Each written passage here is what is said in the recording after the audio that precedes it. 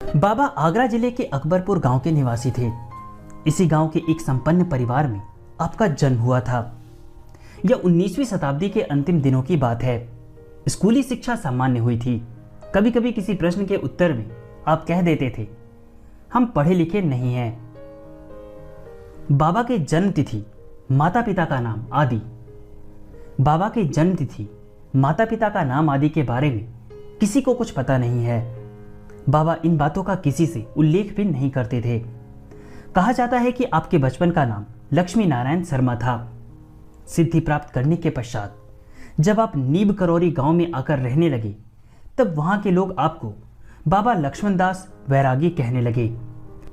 यहां तक कि नीब करौरी गांव से कुछ दूर जहां आप रहते थे, वहां एक हार्ट स्टेशन बनवाकर रेलवे ने उस स्टेशन का नाम रखा बाबा लक्ष्मण दास पुरी। कहा जाता है कि आप बचपन से ही सिद्ध थे। मित्रों तथा पड़ोसियों को भविष्य की सूचनाएं देते थे। आगे चलकर वैसी घटनाएं हो जाती थी। एक बार आपने अपने घर के लोगों से कहा कि आज रात डाका पड़ेगा। बालक समझकर किसी ने आपकी बात पर ध्यान नहीं दिया, पर आपकी भविष्यवाणी सत्य हुई। उस रात को डाका पड़ा था। जिन दिनों आपकी उम्र 11 वर्ष की थी, उन्हीं दिनों किसी अज्ञात प्रेरणावश लक्ष्मी नारायण घर से भाग गए। गुजरात के बबानिया गांव में आकर रहने लगे।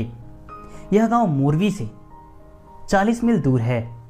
यहां वैष्णवों का एक प्राचीन आश्रम है। यहीं आप साधना पूजन करने लगे।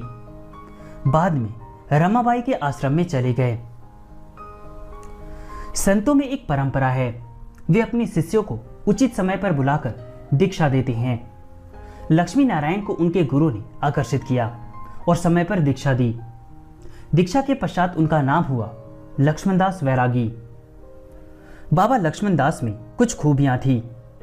वे बाह्य आडंबर नहीं करते थे। रंगीन वस्त्र पहनना, जटा दाढ़ी रखना, त्रिपुंड लगाना, माला जपना, शिष्य बनाकर दीक्षा देना या भक्तों को उपदेश देना आदि कार्य नहीं करते थे। शरीर पर केवल धोती रखते थे। आगे चलकर कंबल ओढ़ने लगे। जाड़े के दिनों में स्वेटर जरूर पहनते थे। बबानिया गांव में बाबा लगभग सन 1907-8 में आए थे।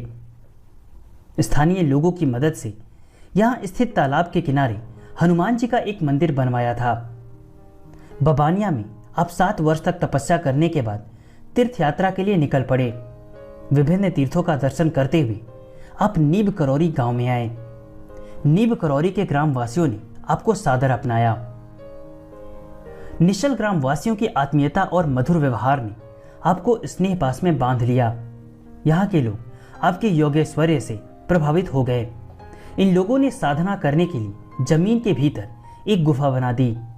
अगली बरसात के मौसम में जब गुफा नष्ट हो गई, तब पुनः ऊंचे स्थान पर दूसरी गुफा का निर्माण किया गया।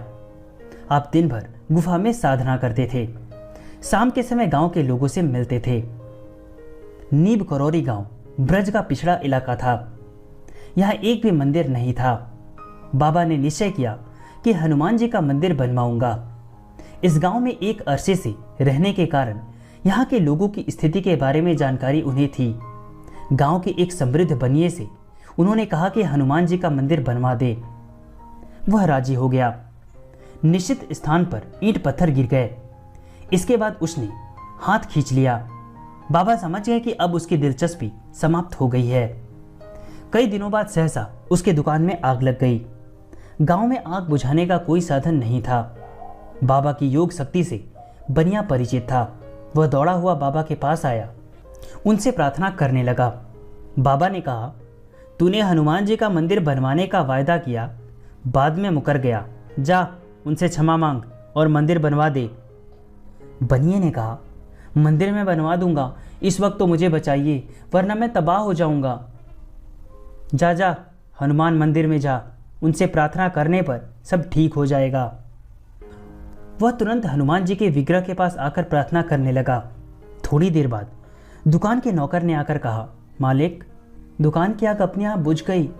सिर्फ मिर्च के 2 बोरे थोड़े से जल गए हैं। इस घटना के बाद बनिए ने गांव में हनुमान जी का मंदिर बनवा दिया और हवन कुंड भी बन गया। बाबा ने देखा मंदिर के आसपास कुआं नहीं है। इस कार्य के लिए उन्होंने एक दूसरे बनिए को आदेश दिया। तू कुआं बनवा दे, तुझे पुत्र होगा, बाबा ने कहा। बनिया अपुत्रक था।